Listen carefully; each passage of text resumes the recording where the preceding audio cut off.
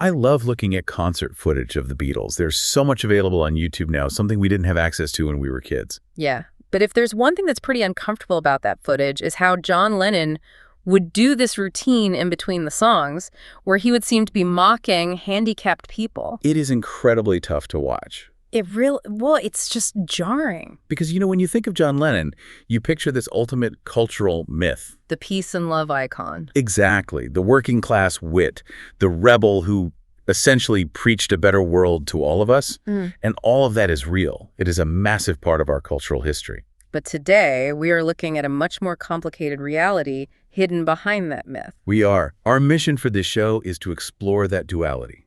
We're not here to cancel a music legend, but to look at him as a whole, deeply flawed human being. We want to understand how the transcendent peace and, frankly, the localized cruelty can belong in the exact same conversation. Holding two opposing truths at the same time is basically the only way to understand history. So let's start with the actual evidence of what he did. And just how incredibly public it was. Yeah. Let's go back to 1964, the absolute peak of global Beatlemania. The hysteria was everywhere. In the middle of all that, Lennon publishes a book called In His Own Right. Right. It becomes a massive bestseller. It's full of this absurdist prose, poetry, surreal drawings, very Lewis Carroll-inspired. But the page has also revealed something much uglier. Throughout that book, he casually weaves in the highly offensive term spastic, a slur targeting people with cerebral palsy. He uses it as a recurring punchline. He does. And the language isn't incidental. It's not some typo that slipped past a publisher. He deliberately constructed it into his humor. It's so jarring to read today. You have this celebrated wit, and then suddenly you hit this incredibly cruel word deployed for a cheap laugh. And it gets more specific than just a published book. There's a casual example from his private life that really anchors this behavior. The inscription. Yes. When the book was released, he signed a copy for Astrid Kircher. She was an old, dear friend of the band from their early days in Germany. Exactly. And his handwritten inscription to her read, "Love and cripples from good John." Love and cripples. Just dashing that off to a close friend. It proves this wasn't just a provocative public persona. It was a normalized part of his vocabulary. But as bad as the written word is, the stage routine is where it becomes visceral. It's incredibly hard to watch. During their early touring years, starting in the gritty clubs of Hamburg and right up into the height of their global fame, he had this recurring physical bit he would do on stage. He would stand in front of thousands of screaming fans and physically imitate disabled people. You'd do these comported movements. Mocking speech patterns. He would do this awkward stomping around the stage, clapping his hands but letting them flail uncontrollably. Contemporaries actually referred to it as him doing the quote-unquote spastic face. And he wasn't just doing it as an inside joke in the corner of the stage. No, he was actively encouraging the audience to clap and stomp along with him in this grotesque imitation. And because they were the biggest band in the world, a lot of this was captured on film. Which forces a modern reckoning. It's one thing to read a controversial word in an old book, but it's another entirely to see the author of imagine mocking the disabled on film. So how are modern platforms handling that legacy? Well, when Disney Plus recently updated and re-released the Beatles anthology documentary series, they made a very deliberate editorial choice. They explicitly deleted this stage routine. Yes. They scrubbed the mockery from that specific historical record. A massive platform choosing to sanitize the narrative, but the footage is still out there. And when it gets shown to modern audiences, the reaction is completely different than it was in 1964. Back in 2015, a UK Channel 4 program made the opposite choice of Disney. They aired the archival footage in primetime. The reaction from a whole new generation of fans was absolute horror.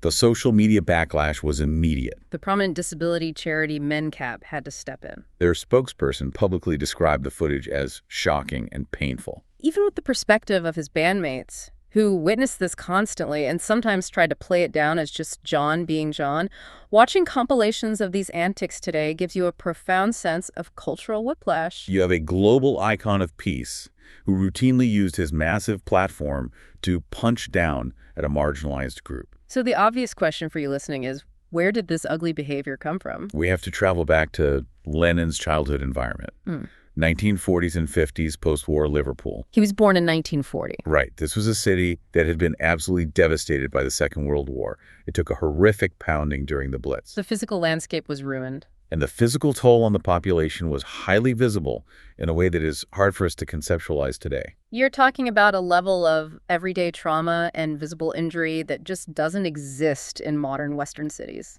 Exactly. Ex-servicemen with missing limbs or severe injuries were a very common sight on the streets. But it wasn't just the war veterans. It was the crushing post-war poverty, the poor nutrition. Rickets was incredibly common in industrial cities like Liverpool. That disease left many children with curved legs and visible skeletal deformities. Young John is growing up in an environment where severe physical disability is everywhere you look. And crucially, it was also an environment where punching down at the vulnerable was considered standard entertainment. The cultural water they were swimming in was incredibly harsh. In British comedy of that era, mocking the afflicted was an accepted punchline. On the school playground, it was just how boys interacted to establish dominance. Nobody ever pulled young John aside and told him it was wrong. Because most of the adults around him didn't think it was wrong either. But there is another layer to this that makes the psychology even more complex. An aspect of their fame that rarely gets talked about. The faith healer problem. Right. We all know the imagery of teenage girls crying and tearing at their hair. But there was a darker, stranger element to the hysteria. Because the band was seen as these almost messianic figures, severely disabled children and people in wheelchairs were regularly placed right in the front row of their concerts. It went beyond the shows, too. Desperate parents would literally bring their profoundly disabled children backstage. Or they'd be ushered into the band's dressing rooms before a gig. The underlying implication from these parents was that mere proximity to the Beatles might have some sort of faith-based healing power. Imagine the sheer cognitive dissonance of that. You are a young man in your early 20s. You are running on adrenaline, zero sleep, and you just want to play loud rock and roll music. And suddenly you're thrust into a hotel room where weeping parents are placing their child in front of you, silently begging for a miracle. It is a staggering amount of psychological weight. Lennon was reportedly deeply uncomfortable with this. He did not want to host what felt like a tragic line of impossible requests. He just couldn't cope with the stark, heartbreaking reality of it. If we look at the psychology, the mockery on stage was likely a release valve. It was the young man's incredibly ugly, immature response to a highly emotionally charged situation that he simply did not have the emotional intelligence to handle. And pure condemnation tends to flatten history into a cartoon of heroes and villains. Understanding the intense pressure he was under provides essential psychological texture to why he lashed out the way he did. But that protective shell of cruel humor couldn't last forever. By the time the Beatles broke up at the end of the decade, he was forced to sit with his own reflection. We arrive at 1971. He is a solo artist, long past the Sgt. Pepper days, and he releases the album Imagine. The title track is the ultimate anthem for world peace. But buried on that exact same record is a lesser-known track that tells a very different, much more introspective story. The song is called Crippled Inside. Musically, it's this upbeat, rollicking country rock track. You can hear that great acoustic strumming and the steady thumping of the bass. It sounds fun. But the lyrics are incredibly dark when you pull them apart. The song explores internal moral corruption. The premise is that you can dress yourself up in fine clothes, present yourself with good intentions to the world, but you are actually rotting from within. Let me share the specific lyrics for you. He sings, "You can shine your shoes and wear a suit. You can comb your hair and look quite cute. You can hide your face behind a smile. One thing you can't hide is when you're crippled inside." It's a devastating admission when you put it in the context of the stage mockery we just discussed. Now, we have to acknowledge that it is impossible to know with absolute certainty if he intended this song as pure self-reflection. He wrote barbed songs about a lot of people. But it is very hard not to see the self-indictment. By 1971, he was deep into primal scream therapy. Which was this intense experimental psychological treatment. The goal was to completely strip away a patient's psychological defenses to force them to confront their repressed trauma and anger. It involved literal screaming, crying, and completely breaking down. He was actively, painfully reckoning with who he had been, confronting the massive gap between the global peace he was preaching and the incredibly hurtful person he had been for much of his young life. Crippled Inside reads like a confession. It reads like a man realizing that you can write the greatest peace anthem in the world, but if you've spent a decade mocking the vulnerable as a defense mechanism, you are still carrying that rot inside you. And that introspection eventually turns into action. We move forward one more year to August 1972. John Lennon organizes, completely funds, and headlines the one-to-one concerts at Madison Square Garden. This is a major turning point. The concerts were organized specifically to raise money for the Willowbrook State School. Willowbrook was a massive state-run facility for children with intellectual and physical disabilities located on Staten Island. Earlier that year, an investigative journalist named Geraldo Rivera had snuck in with a camera crew and exposed the conditions there. The broadcast shocked the American public. The children were living in absolute filth. They were severely overcrowded, starved of affection, essentially warehoused in nightmarish conditions. It became a massive national scandal about how society throws away its most vulnerable citizens. And Lennon sees this. He doesn't just put his name on a flyer, he physically shows up. He rehearses a band, he headlines the garden. But even more than that, he donated a significant amount of his own personal money to ensure the concerts were financially viable. He bought thousands of tickets for volunteers so the charity would actually see the profits. Which raises an important question about human motivation. Was this a sign of genuine evolution? Or was it a calculated PR stunt? Because we have to look at the intense political pressure he was under at that exact moment. The historical context is that he was locked in a fierce, highly publicized immigration battle with the Nixon administration. And just to be perfectly clear to you listening, we are absolutely not taking any political sides here regarding the administration or those policies. We are just impartially reporting the historical facts of his situation. Exactly. The U.S. government was actively trying to deport him. He was fighting in court to prove he was a person of good moral character who deserved to stay in the United States. So throwing a high-profile humanitarian charity concert for disabled children is an incredibly strategic move when you are trying to convince a judge that you are a force for good.